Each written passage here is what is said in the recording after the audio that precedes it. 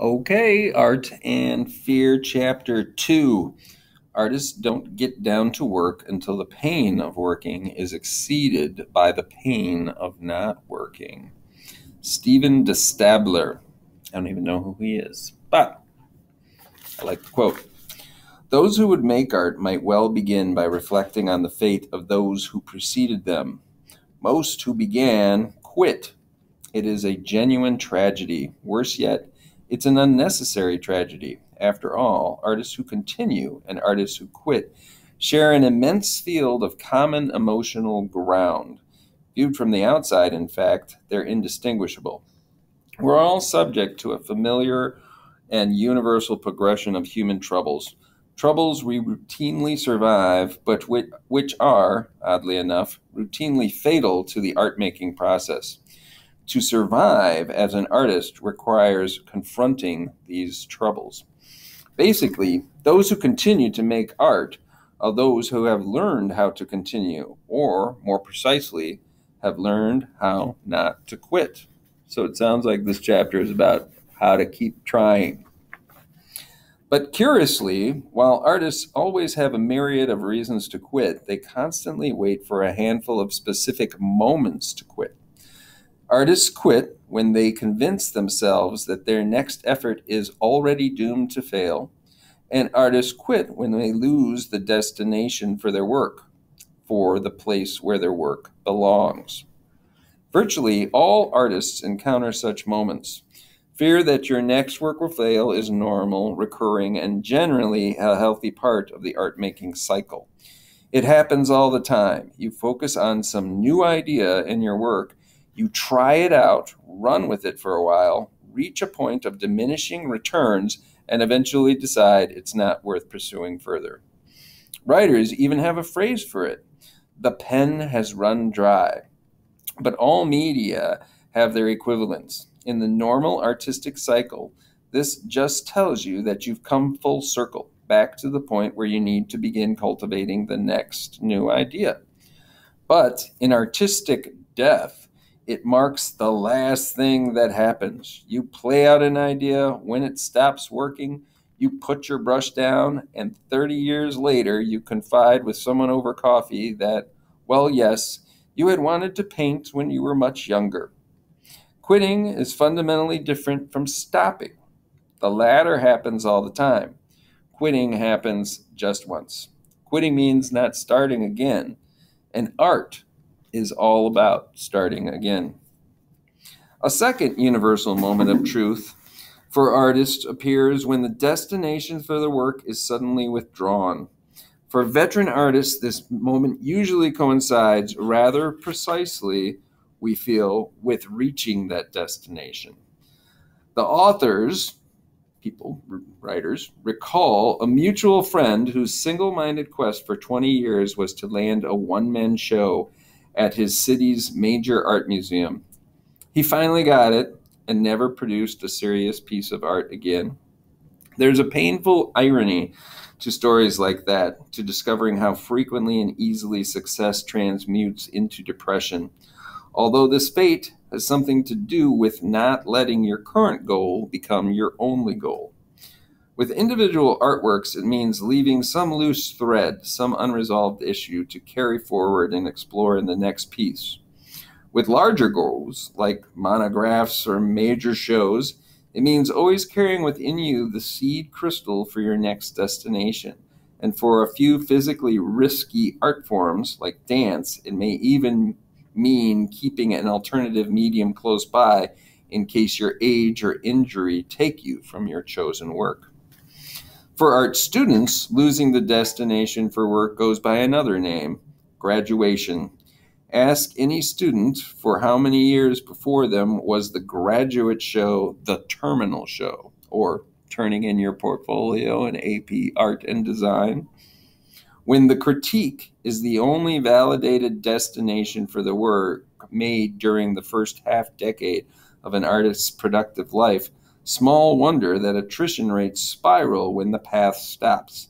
If 98% of your medical students were no longer practicing medicine 5 years after graduation, there would be a Senate investigation. Yet that proportion of art majors are routinely consigned to an early professional death. Not many people continue making art when, abruptly, their work is no longer seen, no longer um, no longer commented upon, no longer encouraged. Could you? Surprisingly, the dropout rate during school is not all that high. The real killer is the lack of continuing support system afterwards. Perhaps then, if the outside world shows little interest in providing that support, it remains for artists themselves to do so. Viewed that way, a strategy suggests itself. Here's a little box. Operating manual for not quitting. A. Make friends with others who make art and share your in-progress work with each other frequently. B. Learn to think of A rather than the Museum of Modern Art as the destination for your work. Look at it this way. If all goes well, the Museum of Modern Art will come calling for you eventually. So we need friends. Okay? The desire to make art begins early. Among the very young, it is encouraged or at least indulged as harmless. But the push towards serious education soon exacts a heavy toll on the dreams and fantasy. Yes, the authors really have known students whose parents demanded they stopped wasting their time on art or they could damn well pay for their own tuition. Yet for some, desire persists and sooner or later must be addressed, and with good reason. Your desire to make art, beautiful or meaningful or emotive art, is integral to your sense of who you are. Life and art, once entwined, can quickly become inseparable. At age 90, Frank Lloyd Wright was still designing, Imogen Cunningham still photographing, Stravinsky still composing, and Picasso still painting. But if making art gives substance to your sense of self, the corresponding fear is that you're not up to the task, that you can't do it, or you can't do it well, or you can't do it again, or you're not a real artist, or not a good artist, or you have no talent, or you have nothing to say. The line between the artist and his or her work is a fine one at best, and for the artist it feels quite naturally like there is no such line. Making art can feel dangerous and revealing. Making art is dangerous and revealing. Making art precipitates self-doubt, stirring deep waters that lay between what you know you should be and what you fear you might be. For many people, that alone is enough to prevent their ever getting started at all. And for those who do, trouble isn't long in coming. Doubts, in fact, soon rise in swarms. Here are some of those doubts. I am not an artist. I'm a phony. I have nothing worth saying. I'm not sure what I'm doing.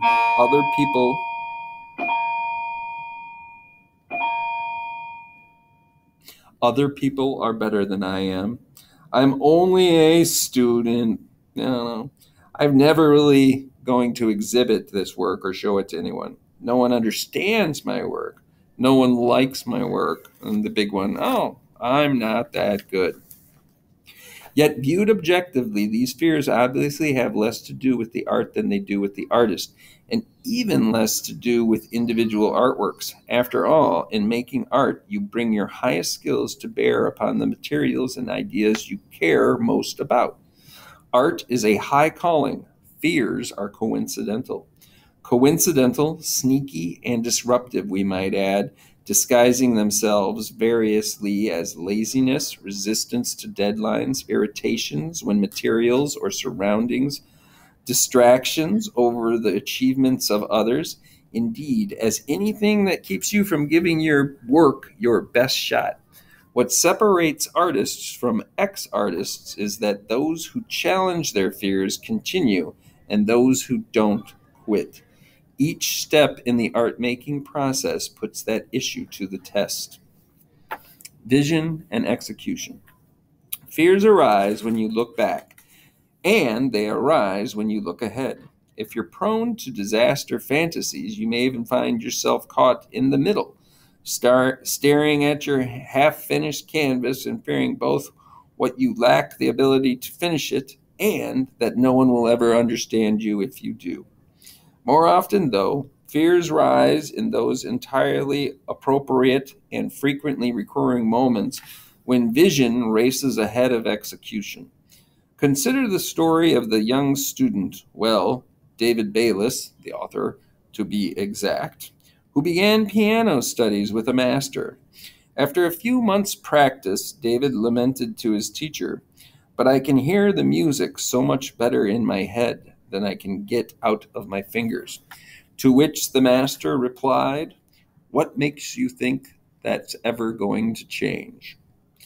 That's why they're called masters. When he raised David's discovery from an expression of self-doubt to a simple observation of reality, uncertainty became an asset. Lesson for the day. Vision is always ahead of execution, and it should be. Vision, uncertainty, and knowledge of materials are inevitabilities that all artists must acknowledge and learn from. Vision is always ahead of execution. Knowledge of materials is your contact with reality, and uncertainty is a virtue.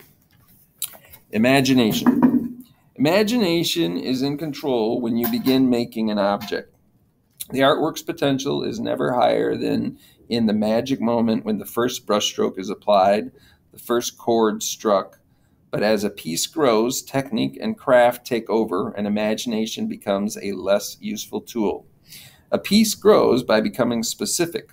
The moment Herman Melville penned the opening line, "Call me Ishmael," one actual story, Moby Dick, began to separate itself from a multitude of imaginable others, and so on through the following 500-odd pages. Each successive sentence in some way had to acknowledge and relate to all that preceded it. Joan Didion nailed this issue squarely and with trademark pessimism when she said, "What's so hard about that first sentence is that you're stuck with it. Everything else is going to flow out of that first sentence. And by the time you've laid down the first two sentences, your options are all gone." It's the same for all media. The first few brushstrokes to the canvas satisfy the requirements of many possible paintings, while the last few fit only that painting. They could go nowhere else. The development of an imagined piece into an actual piece is a progression of decreasing possibilities, as each step in execution reduces further options by converting one and only one possibility into a reality. Finally, at some point or another, the piece could not be other than it is, and it is done. That moment of completion is also inevitably a moment of loss, the loss of all the other forms the imagined piece might have taken. The irony here is that the piece you make is always one step removed from what you imagined, or what else you can imagine, or what you're right on the edge of being able to imagine. Designer Charles Eames, arguably the quintessential Renaissance man of the 20th century, used to complain good-naturedly that he devoted only about 1% of his energy to conceiving a design, and the remaining 99% to holding onto it as a project ran its course. Small surprise, after all, your imagination is free to race hundreds of works ahead, conceiving of pieces you could and perhaps should and maybe one day will execute. But not today. Not in the piece at hand. All you can work on today is directly in front of you. Your job is to develop an imagination of the possible. A finished piece is, in effect, a test of correspondence between imagination and execution. And perhaps surprisingly, the more common obstacle to achieving that correspondence is not undisciplined execution, but undisciplined imagination. It's altogether too seductive to approach your proposed work believing your materials to be more malleable than they really are, your ideas more compelling, your execution more refined. As Stanley Kunitz once commented, "The poem in the head is always perfect. Resistance begins when you try to convert it into language. And it's true. Most artists don't daydream about making great art, they daydream about having made great art. What artist has not experienced the feverish euphoria of composing the perfect thumbnail sketch, first draft, negative, or melody, only to run headlong into a stone wall trying to convert that tantalizing hint into the finished mural, novel, photograph, sonata, whatever. The artist's life is frustrating not because the patch says you're slow, but because he imagines it to be fast. Materials. The materials of art, like the thumbnail sketch, seduce us with their potential. The texture of the paper, the smell of the paint, the weight of the stone all cast hints and innuendos beckoning our fantasies. In the presence of good materials, hope grows and possibilities multiply, and with good reason. Some materials are so readily charged and responsive that artists have turned to them for thousands of years, and probably will for thousands more. For many artists, their response to a particular material has been intensely personal, as if the material spoke to them directly. It's been said that as a child, Pablo Casals knew from the first moment he heard the sound of a cello that it was his instrument. But where materials have potential, they also have limits. Ink wants to flow, but not across just any surface. Clay wants to hold shape, but not just any shape. And in any case, without your active participation, their potential remains just that, potential. Materials are like elementary particles, charged but different, but indifferent. They do not listen in on your fantasies, do not get up and move in response to your idle wishes. The blunt truth is, they do precisely what your hands make them do. The paint lays exactly where you put it. The words you wrote, not the ones you need to write or thought about writing, are the only ones that appear on the paper. In the words of Ben Shahn, the painter who stands before an empty canvas must think in terms of paint. What counts in making art is the actual fit between the contents of your head and the qualities of your materials. The knowledge you need to make that fit comes from noticing what really happens as you work, the way the material responds, and the way the response and resistance suggest new ideas to you. It's those real and ordinary changes that matter. Art is about carrying things out, and materials are what can be carried out. Because they are real, they are reliable. Your materials are, in fact, one of the few elements of art making that you can reasonably hope to control. As for everything else, well, conditions are never perfect, sufficient knowledge rarely at hand, key evidence almost always missing, and support notoriously fickle. All that you do will inevitably be flavored with uncertainty. Uncertainty about what you have to say, about whether the materials are right, about whether the piece should be long or short, indeed, about whether you'll ever be satisfied with anything you make. Photographer Jerry Usselman once gave a slide lecture in which he showed every single image he had created in the span of 1 year, some 100 odd pieces, all but about 10 of which he judged insufficient and destroyed without ever exhibiting. Tolstoy, in the age before typewriters, rewrote War and Peace 8 times and was still revising gallery proofs as it finally rolled onto the press. William Kennedy gamely admitted that he rewrote his own novel Legs 8 times, and that 7 times it came out not good. 6 times it was especially no good. The 7th time out, it was pretty good, though it was way too long. My son was 6 years old by then, and so was my novel, and they were both about the same height. It is, in short, the normal state of affairs. The truth is that the piece of art which seems so profoundly right in its finished state may earlier have been only inches or seconds away from total collapse. Lincoln doubted his capacity to express what needed to be said at Gettysburg, yet pushed ahead anyway, knowing he was doing the best he could to present the ideas he needed to share. It's always like that. Art is like beginning a sentence before you know its ending. The risks are obvious. You may never get to the end of that sentence at all, or having gotten there, you may not have said anything. This is probably not a good idea in public speaking, but it's an excellent idea in art making. In making art, you need to give yourself room to respond authentically, both to your subject matter and to your materials. Art happens between you and something, a subject, an idea, a technique. And both you and that something need to be free to move. Many fiction writers, for instance, discover early on that making detailed plot outline is an exercise in futility. As the actual writing progresses, characters increasingly take on a life of their own, sometimes to the point that the writer is as surprised as the eventual reader by what their creations say and do. Lawrence Durrell likened the process to driving construction stakes into the ground. You plant a stake, run 50 yards ahead, and plant another. And pretty soon you know which way the road will run.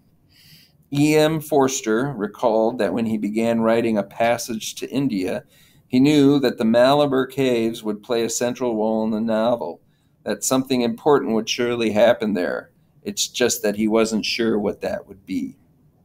Control, and I circled that word, apparently is not the answer. People who need certainty in their lives are less likely to make art that is risky, subversive, complicated, iffy, suggestive, or spontaneous. What's really needed is nothing more than a broad sense of what you're looking for, some strategy for how to find it, and an overriding willingness to embrace mistakes and surprises along the way. Simply put, making art is chancy. It doesn't mix well with predictability. Uncertainty is essential, inevitable, and all-pervasive companion to your desire to make art, and tolerance for uncertainty is a prerequisite for succeeding.